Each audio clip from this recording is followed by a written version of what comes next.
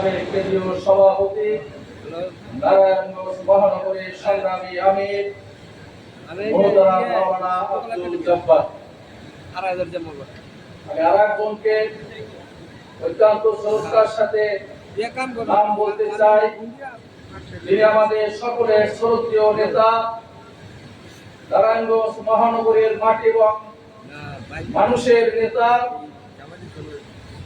সুদীর্ঘ 17 বছর জুলুম নির্যাতনের মধ্য দিয়ে যিনি এই নারায়ণগঞ্জের মাটিতে টিকে আছেন, আমাদের শ্রদ্ধেয় নেতা নারায়ণগঞ্জ মহানগরের সাবেক আমির, কেন্দ্রীয় কর্মসূচির অন্যতম সদস্য মাওলানা মঈনুদ্দিন আহমেদ। বিশেষ কারণে আরেকজন ভাইকে আপনাদের সামনে আমি তার নাম উচ্চারণ করতে চাচ্ছি। বিশিষ্ট ইসলামী চিন্তাবিদ, শিক্ষাবিদ, ইসলামিক এডুকেশন সোসাইটির সম্মানিত পরিচালক এবং এই নারায়ণগঞ্জের মাটি এবং মানুষের নেতা, এবং আগামী দিনে যাকে আমরা নারায়ণগঞ্জবাসীর সামনে পেশ করতে চাচ্ছি নেতৃত্বের জন্য, আমাদের সেই ডক্টর ইকবাল হোসেন ভূঁইয়া। সবাই নাম বলতে গেলে অনেক সময় লাগবে, আমি আর কারো নাম না বলে সম্মানিত ভাইয়েরা আপনাদের সবাইকে আন্তরিক মুবারকবাদ এবং ধন্যবাদ জানাচ্ছি যে 2006 সালের 28 অক্টোবর শুধু জুলাই এবং আগস্ট মাসের ইতিহাস আমাদের ইতিহাস না, 2006 সালের 28 অক্টোবর থেকে 2024 সালের 5 আগস্ট পর্যন্ত আমরা নিরাপত্তাহীন জুলুম এবং নির্যাতনের শিকার হয়ে আসছিলাম।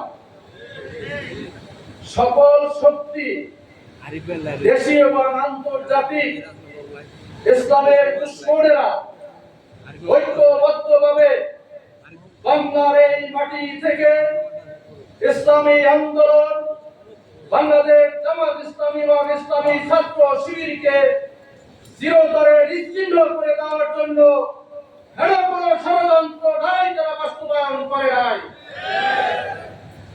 কিন্তু আমরা যেই রবের আন্দোলন করি, যেই রবের সার্বভৌমত্ব প্রতিষ্ঠা করতে চাই, তিনি এই গোটা বিশ্বের জাহানের মালিক। এই নারায়ণগঞ্জে অনেক খেলাধুলার আওয়াজ আমরা শুনেছি এবং দেশময় যেটি ভাইরাল হয়েছে, সারা দেশে আতঙ্ক সৃষ্টি করার চেষ্টা করা হয়েছে। ক্ষমতা হারানোর পর তাদের অস্তিত্ব আর নারায়ণগঞ্জে খুঁজে পাওয়া যাচ্ছে না, কিন্তু লাগাতার 17 বছর নির্যাতন এবং জুলুমের স্টিম আমরা নিষ্পীড়িত হয়েছি। আজকে আমরা এখানে মাথা উঁচু করে একত্রিত হতে পেরেছি, জন্য মহান মাবুদের শুকরিয়া আদায় করছি। সংগ্রামী নারায়ণগঞ্জবাসী, আজকের বাংলাদেশ জামাত ইসলামীর ব্যাপারে বাংলাদেশের অধিকাংশ জড় মানুষের আগ্রহ এবং আকাঙ্ক্ষা সৃষ্টি হয়েছে। আগ্রহ বলতে কি বুঝাচ্ছি?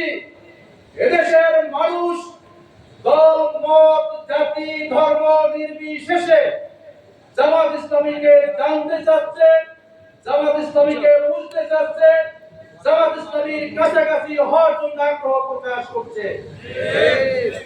আর আকাঙ্ক্ষার কথা বলতে আমি যদি বুঝাচ্ছি, এদেশের মানুষ এখন তাদের নিরাপদ আশ্রয় হিসাবে জামাত ইসলামীকে দেখতে চায়। তারা এখন দেখতে চাচ্ছে তাদের ভোটে সামাজিক সন্ত্রাস চলছে, তাদের ভোটে দীর্ঘদিন ধরে প্রশাসনিক নির্যাতন চলে আসছে এবং জুলুম নির্যাতনের দৃষ্টিগুলা চলছে। সেখান থেকে তাদেরকে রক্ষা করতে পারবে জামাত ইসলামী, এই আকাঙ্ক্ষা তারা পোষণ করছে। কিন্তু এই কাজটি যদি করতে হয়, বাংলাদেশের 17 কোটি মানুষের কাছে যদি ইসলামের সুমহান দাওয়াত এবং তার সুগ্রাণ যদি পৌঁছে দিতে হয়, তাহলে আমাদেরকে সিদ্ধান্ত গ্রহণ করতে হবে, এই নারায়ণগঞ্জবাসীকে সিদ্ধান্ত গ্রহণ করতে হবে। নারায়ণগঞ্জের সংগঠনকে 1 নম্বর সংগঠনে পরিণত করতে হবে। নারায়ণগঞ্জের মাটিতে শিবির জামাতের লোকরাই শুধু খেলাধুলা করবে, যাবে না। এই জন্য সংগ্রামী ভাইরা, আমি আপনাদের কাছে দুটি কথা বলবো। একটি হলো যে এখানে আমরা যারা সমবেত হয়েছি, একত্রিত হয়েছি, নিজেদেরকে কর্মী পরিচয় দিচ্ছি, আমরা যদি সিদ্ধান্ত গ্রহণ করি আগামী 3 মাসের ভিতরে আমরা এখানে যারা আছি তারা সবাই শপথের কর্মী হিসাবে নারায়ণগঞ্জের ময়দানে ভূমিকা পালন করব। তাহলে এই নারায়ণগঞ্জের মানুষের আশা আকাঙ্ক্ষা আমরা পূরণ করতে পারবো। দ্বিতীয় যে কাজটি করতে হবে, আজকের মানুষ আমাদেরকে খুঁজে বেড়াচ্ছে, আমাদের সাথে কথা বলতে চায়। এখানে যারা পরিবার উপস্থিত আছে প্রত্যেকে যদি সিদ্ধান্ত গ্রহণ করেন আপনার নিজ উদ্যোগে পাড়া মহল্লায় একটি করে ইউনিট গঠন করবেন, তাহলে নারায়ণগঞ্জ শক্তিশালী হবে এবং আমাদের সামনে দাঁড়াবার মতো কেউ সাহস খুঁজে পাবে না। জনগণের আশা আকাঙ্ক্ষার প্রতিফলন আমাদের মাধ্যমে সংগঠিত হবে ইনশাআল্লাহ। আহ্বান জানিয়ে আপনাদের সকলকে আন্তরিক মোবারকবাদ জানিয়ে আমি আমার সংক্ষিপ্ত বক্তব্য শেষ করছি। আসসালামু আলাইকুম ওয়া রাহমাতুল্লাহ।